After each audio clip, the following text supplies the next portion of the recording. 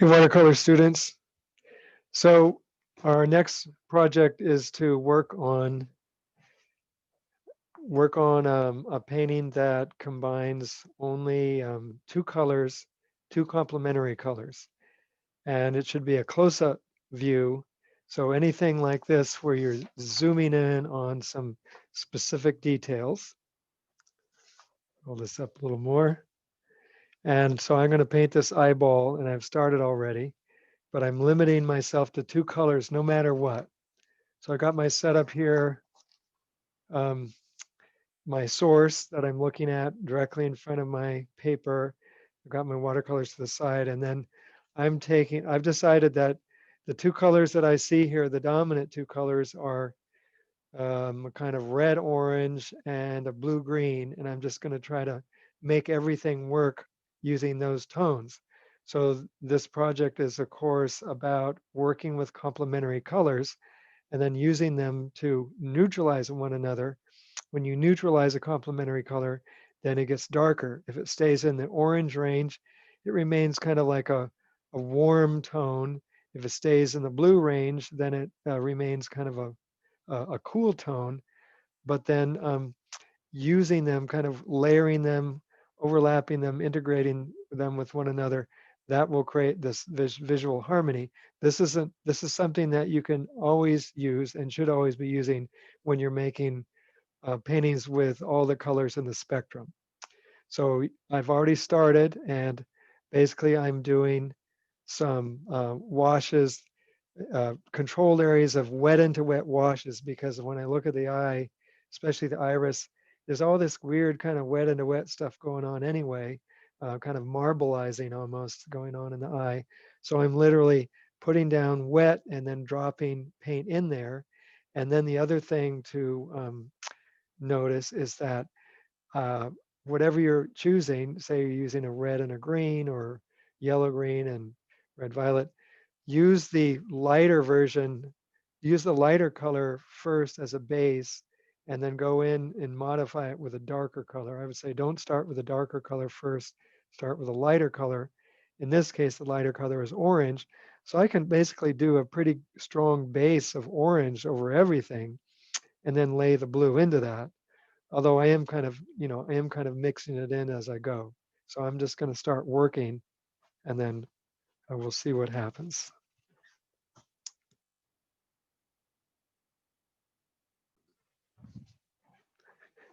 Okay, so I'm using predominantly the number 12 brush for most of this.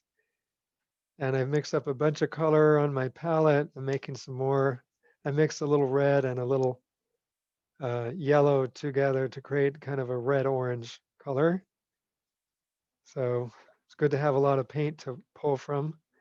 And then I'm using a blue-green over here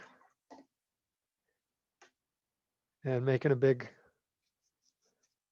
I'm mixing a couple blues together to create the blue-green. I have this color called manganese blue, and then I'm using that with Prussian blue. There, so I'm just going to be drawing off those on the palette. All right, so now cleaning the brush and gonna do some areas here. So here's a controlled area of like a wet into wet wash where I see these folds in the skin. So obviously you just, you select this, you select these areas that are already kind of defined by, borders of colors, borders of shapes. So here's a fold in the skin, and that's going to be a sort of a separate area. So I'm going to start with orange. I'm going to flood the orange in.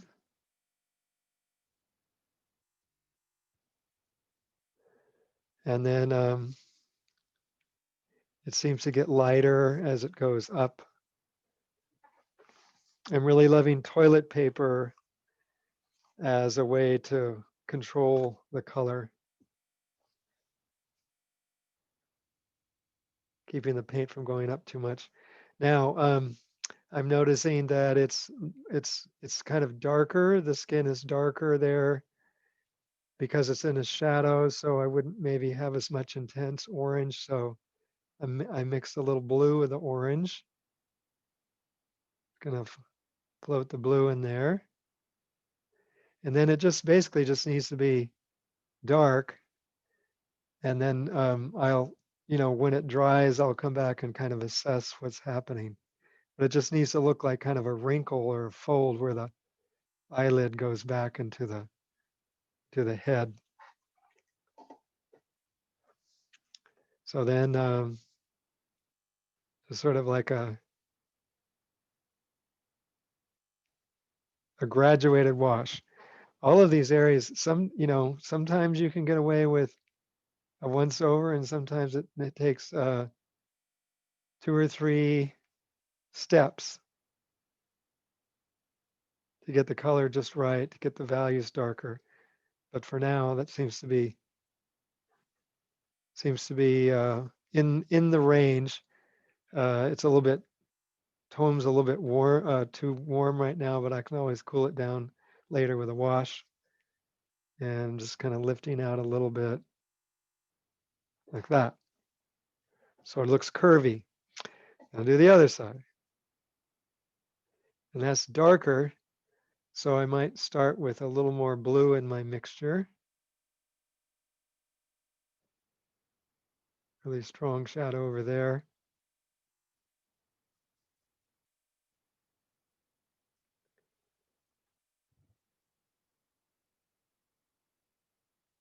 And I try to add a lot of water to make it puddle.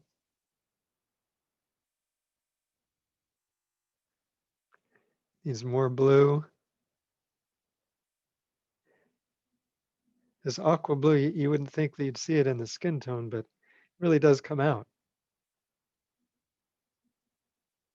And as areas are drying, you can go back and kind of like, as the paint settles and is not quite so wet, you can go back and manipulate it a little bit, which seems always helpful.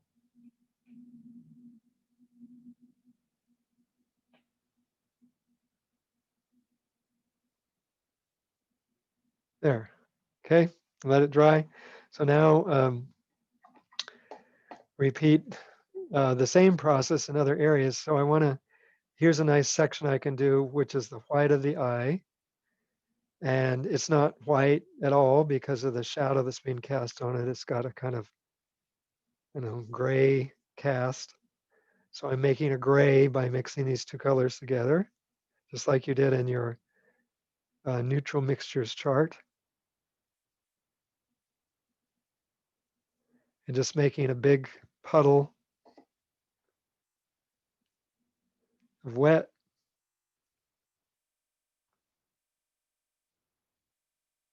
And I just want to show the curvature of the eyeball.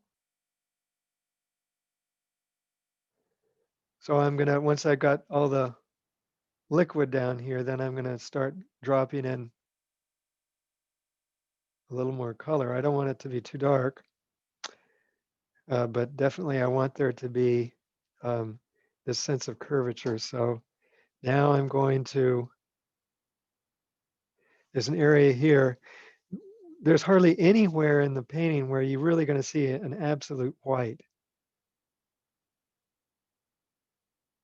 And I think we trick ourselves psychologically sometimes, especially with eyes, when we think, oh yeah, whites of the eyes, it's got to be white, but it's hardly ever white if you're kind of trying to paint from observation, because eyes are generally in shadows, at least part of them are. So then what you think of as white, not white at all. And that's the case over here. So adding some more blue, neutralized blue over here.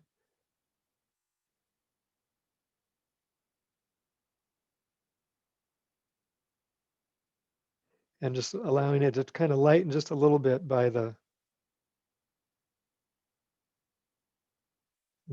by the kind of the rim of the iris, or toilet paper blotting. Toilet paper works great for this process. And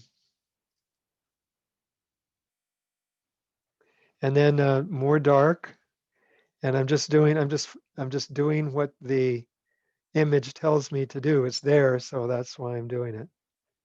It's not a subjective not a subjective choice. It's there. I can see it in the reproduction that I'm looking at.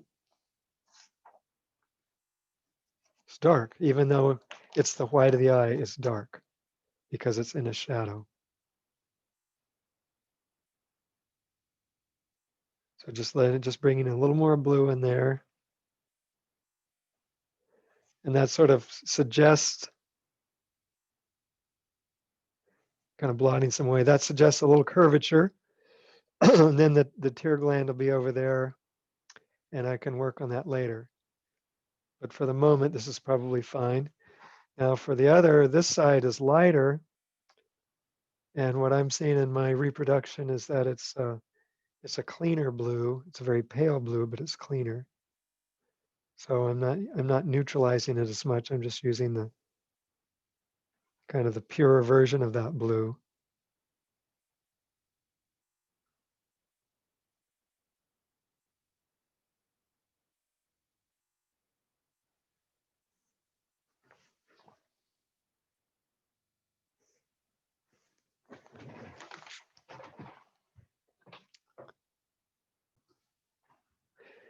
Okay, I completed completed the similar process on this side, noticing just that it's lighter on this side than it is on this side. And now I want to just try to complete filling the surface. So I see one more kind of, well, a couple more, sectional areas like this lower eyelid. So I'm going to get it wet first. Not even worrying about the eyelashes yet because they're, at least from what I'm looking at, there's no real distinction. There's no highlighting on them. They're just these kind of darker marks. So I can add those in later, but I'm just trying to create the foundation for that first, so that they'll look more believable in the space I create for them. So there's a lot of orange right here. Very, very intense, saturated orange. Red orange, say.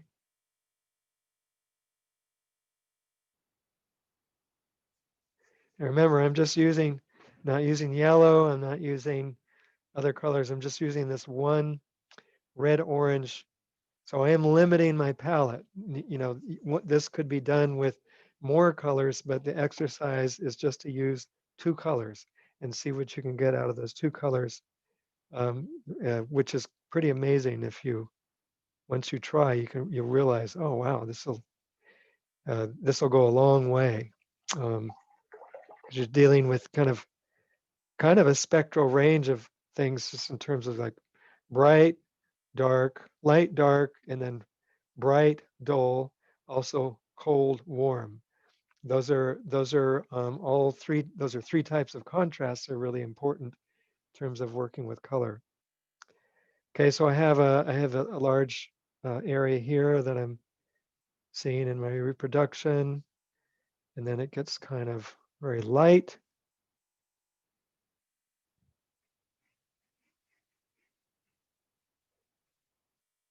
And because I have this resource, photographic resource, that's what I'm using. I'm not using any kind of prior knowledge of what an eyeball should look like or anything. It's just I'm just following what this reproduction is telling me to do. And then whether I think it's correct or not, I'm just looking at it. It becomes very abstract. Um, these forms that we think we're familiar with, they become very abstract when you start to actually see it and learn how to paint it. So, I don't know anything about this other than just what I see. So I'm trying to rely on my powers of observation. So I'm seeing lots of orange here. I'm going to do this later. So orange here, it gets dark over here. This gets dark over here.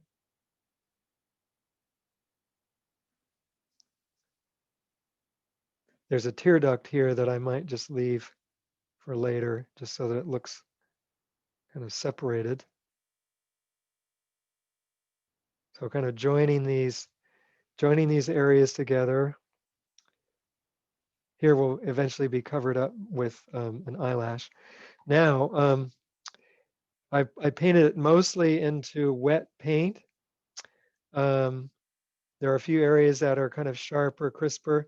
I just want them all to be blurry at this point. So I'm just going to take my brush, soften up all the edges I made so far.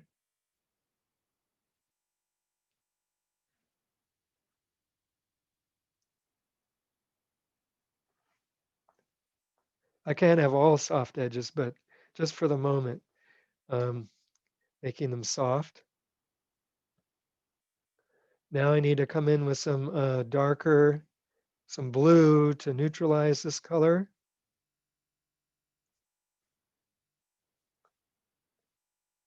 It's like very saturated color. It's very dark. Um, and it's very neutral down here. It gets brighter out here, more orange, but down below it's kind of in a shadow, so it gets very neutralized down here as well. So I just want to, just want to just get that color in there, and it's going to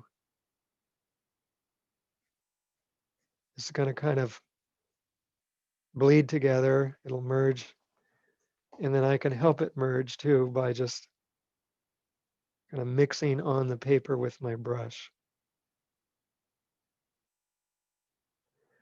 What I want is both I want the really pure colors to manifest, but I also want I want to see both colors in there. I think that's more exciting. So I'm trying to let them both really be present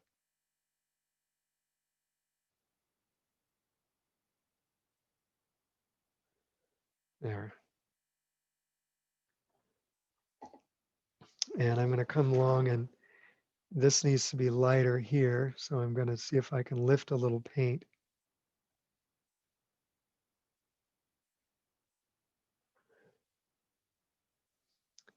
And then blot it away with tissue. It's pretty easy to lift paint, especially when it hasn't really dried too much.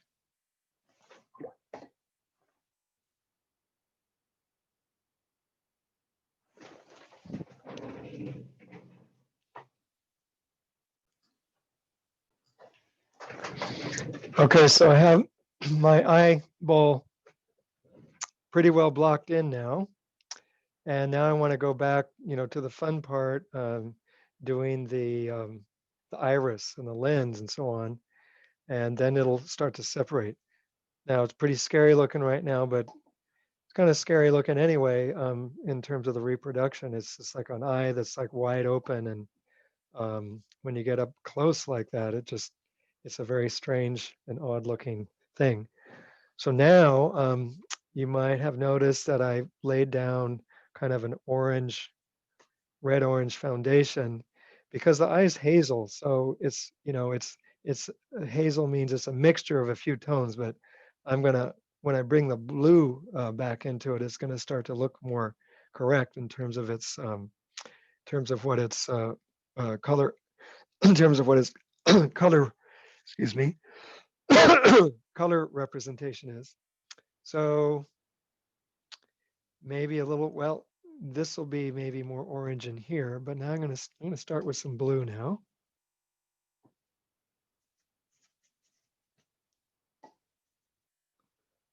And I'm gonna wash in some more blue.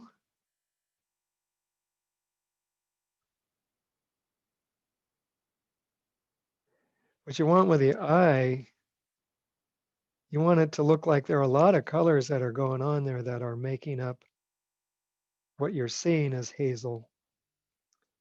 So the fact that I am glazing on this color over existing color, I think makes it more more believable in that respect.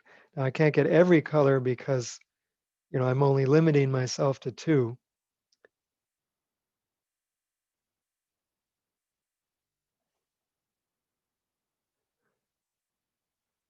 But I can approximate. And then I just want to be careful not to lose my highlight.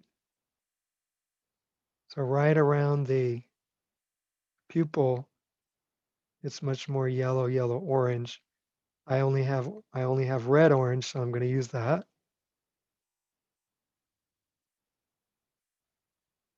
Making kind of like a ring around it right now. It's like a border where I'm just telling myself, don't go in there with too much blue. And then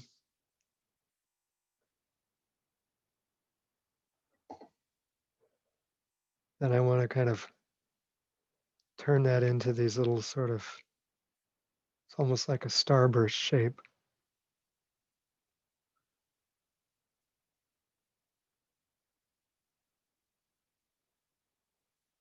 The coloration, it really is like you're looking at a marble or something.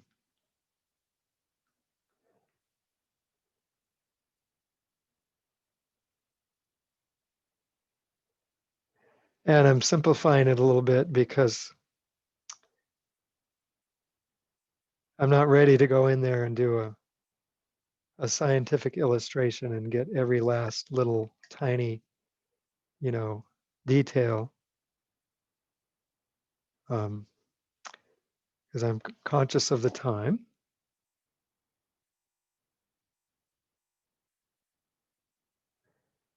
And I'm just adding water to make it more puddly and just make it look organic, less like, less like it's a brush stroke and more like it just sort of arrived that way somehow. So now I'm going back to the blue.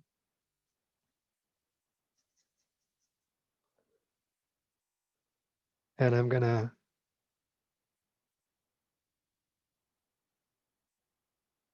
bring the blue down around the rim of the eye and just try to layer over that existing color.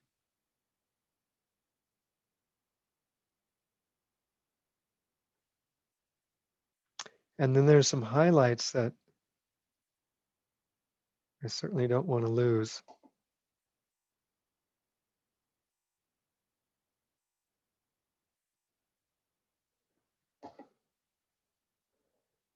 And I'm kind of breaking the blue, the edges of the blue up.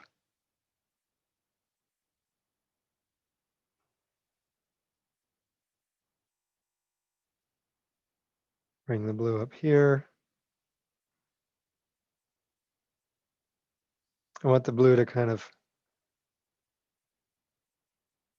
gradually merge with, oops, that's a highlight. Don't want to lose that. I want the blue to gradually merge with the orange.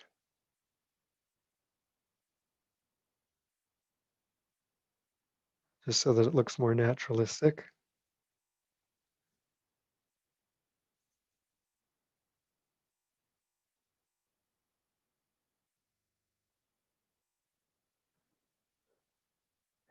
And then I'm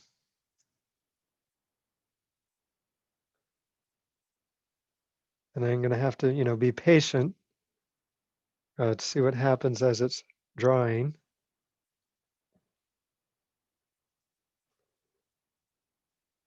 My inclination is to leave a few open spots just in case. So now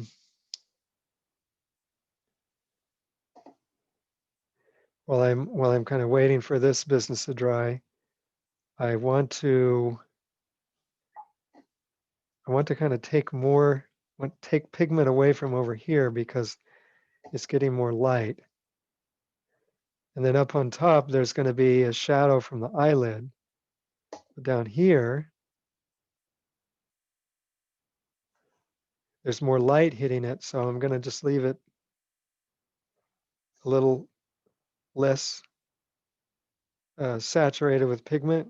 So I'm just kind of taking some up.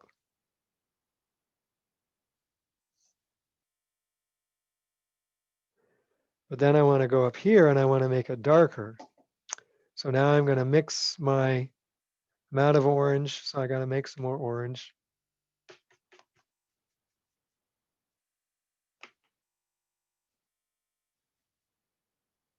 Red orange, I should say. But I think that helped a lot to kind of lift up some of the water just to make it look lighter on that side. And there's this cool little sort of ring around the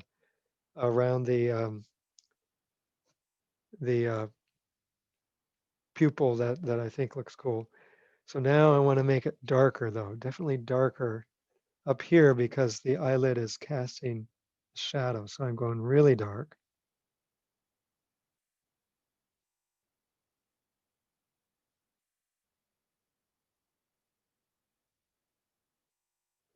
And often that's the case is if you look at the coloration in people's eyes, the irises have almost like an outline around them. And that really makes them stand out.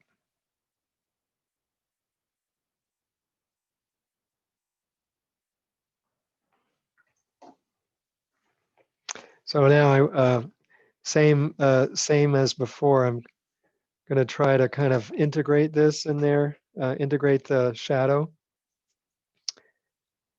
into the general coloration using a slightly more blue mixture.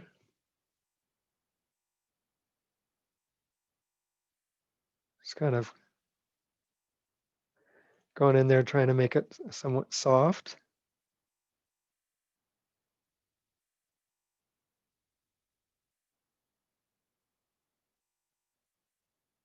So I'm alternating in the darks between a kind of like bluish tone and then a more brownish tone. But then the two together will hopefully deliver the desired result. So anyway, that's starting to look more round. I mean, everyone, depending on what image they select, will have unique circumstances that they'll have to deal with. Now the reflections are starting to become more distinct. And I want to go in with too dark.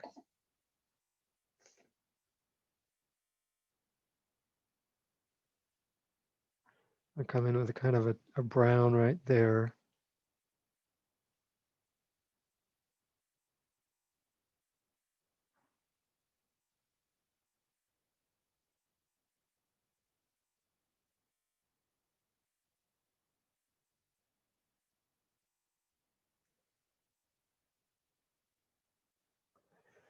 See how that does.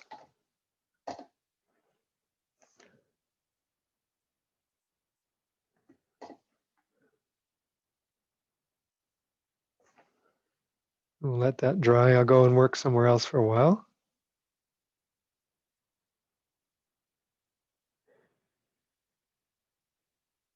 Starting to get to where it's looking kind of eyeball-like. And I may want to go in and then we'll see what happens when this dries. I may want to go in here and see if I can get that a little bit darker. I'm not gonna be able to get it too much darker, but hopefully a little bit.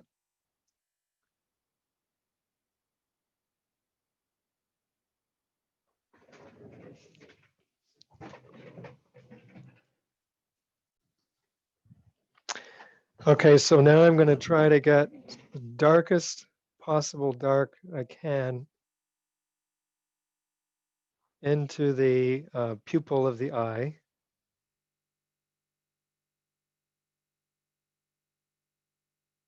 So I mix up a really, really pure blue and orange.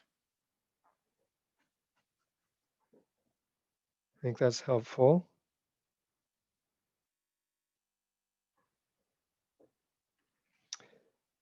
And I'm tempted to use a little black, even though I know that it's against the rules. So I guess I won't do it. So just really almost like to where it's not even transparent anymore. There, that's helpful. Now, got to put some eyelashes on. That will really help. So with the eyelashes, I'll start with a lighter version of what I want it to be ultimately. And then I'll kind of use that as a foundation. And if you start at the base and kind of make a stroke, whoops, that's into wet paint. I don't want to work into wet paint. Start at the base, looking for an area that's not wet. Start at the base and then go kind of like that. And then create these kind of clusters. So you're lifting up on your brush.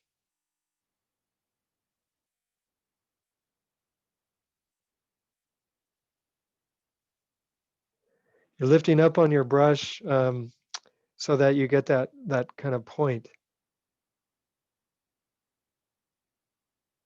And like I said, like little clusters in places they're heavier than others.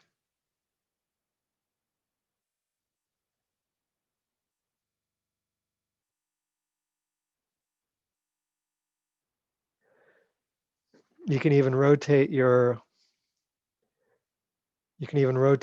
surface so that you have you have a better opportunity at getting a good stroke in there. It's okay if some of them look a little more blurry than others because that's probably more accurate. They're not all going to be like super crisp, super defined.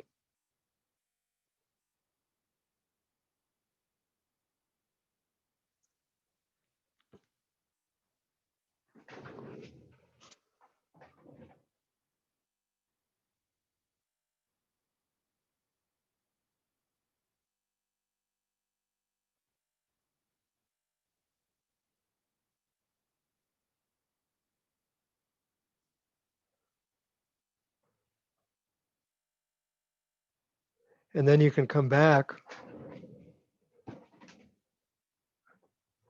later and kind of emphasize the ones that need to have more emphasis with darker pigment, because you don't want them all to be exactly the same, because it doesn't, it just it'll look less dimensional. Now, if you're doing some other entirely different subject matter,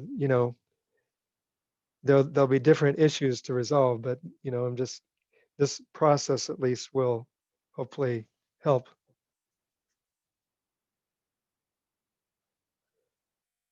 for folks.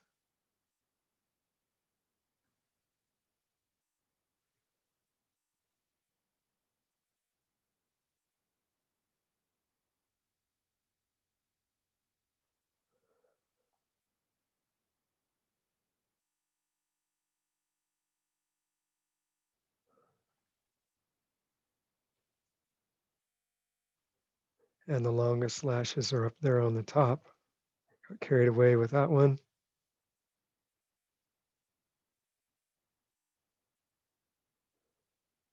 I'm just trying to look at how they're basically clustered.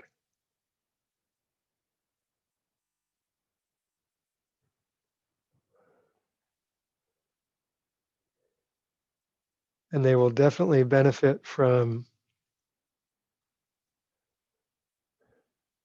going back and getting like a little accentuation. And there are these little kind of marks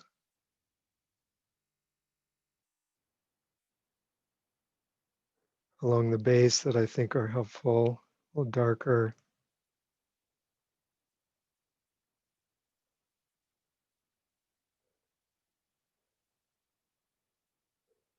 Kind of help string them together and make it look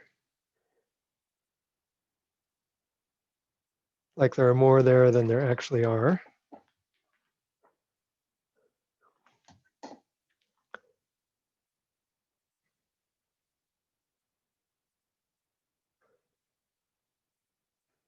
want to dissolve these over here a little bit.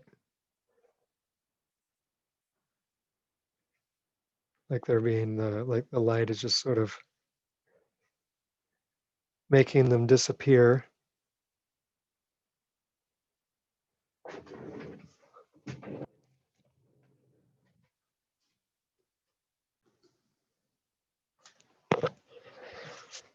Okay, nearing the finish, we want to do one final blue glaze over the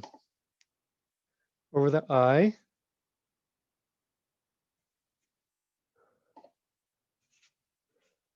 And this time I'm using relatively pure blue.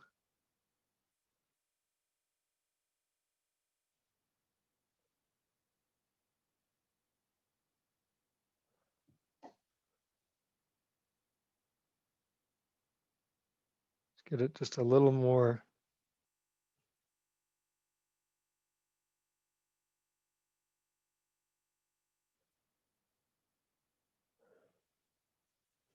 A little more influence towards blue, just so that it stands out a little better. But I still want the kind of light highlight to kind of hit it over there.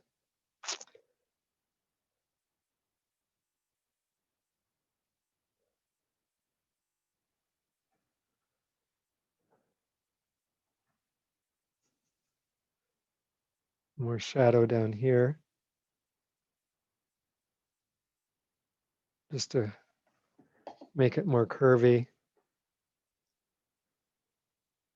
And then I'm going to go over the eyebrows one more time, eyelashes, I should say, one more time to just darken a few of them, make them more, give them a little more physical presence. And then there's an interesting kind of shadow pattern on the eye where the lid is kind of casting a shadow. So I'm selecting a kind of a gray. It goes like that in a diagonal pattern.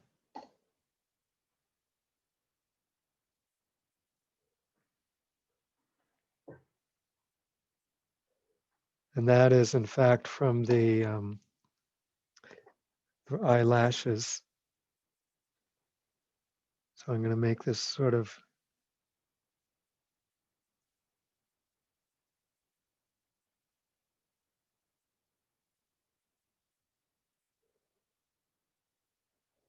and the reflection sort of shapes like they are the eyelashes. So that's the shadow being cast over.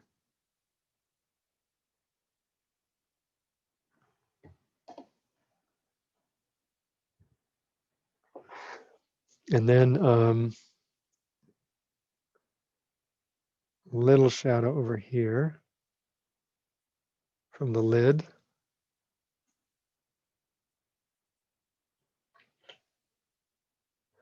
Then maybe just toning down this highlight just a tad.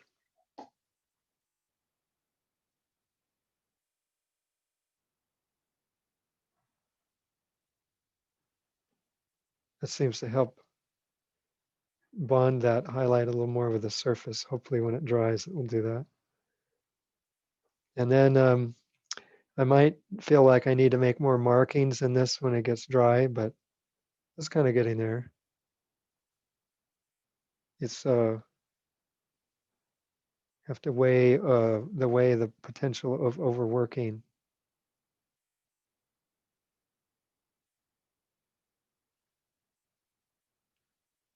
Doing a few streaky things because there's some streaky things in there.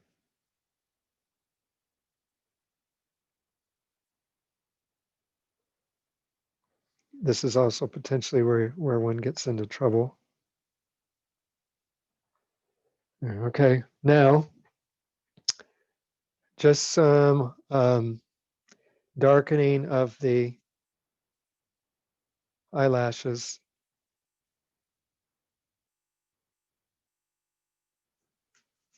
Having to mix up more color.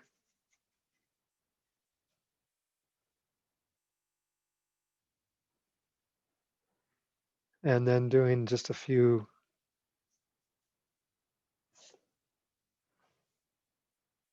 I'm steadying my hand.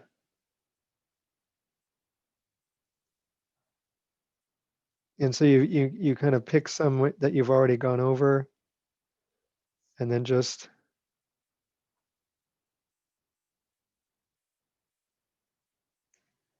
Gonna build on those just to make them a little more believable. And like I said, probably it's okay if some of them are fuzzy and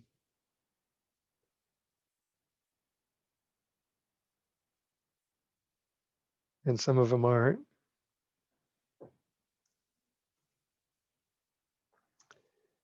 Don't want to get too carried away.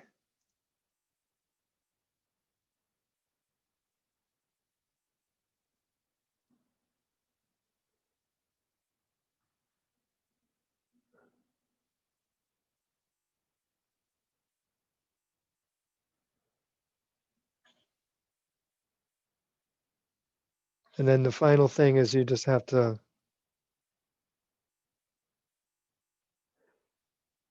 let it go for just a little while, let it sit, and then come back and make, one or two final marks.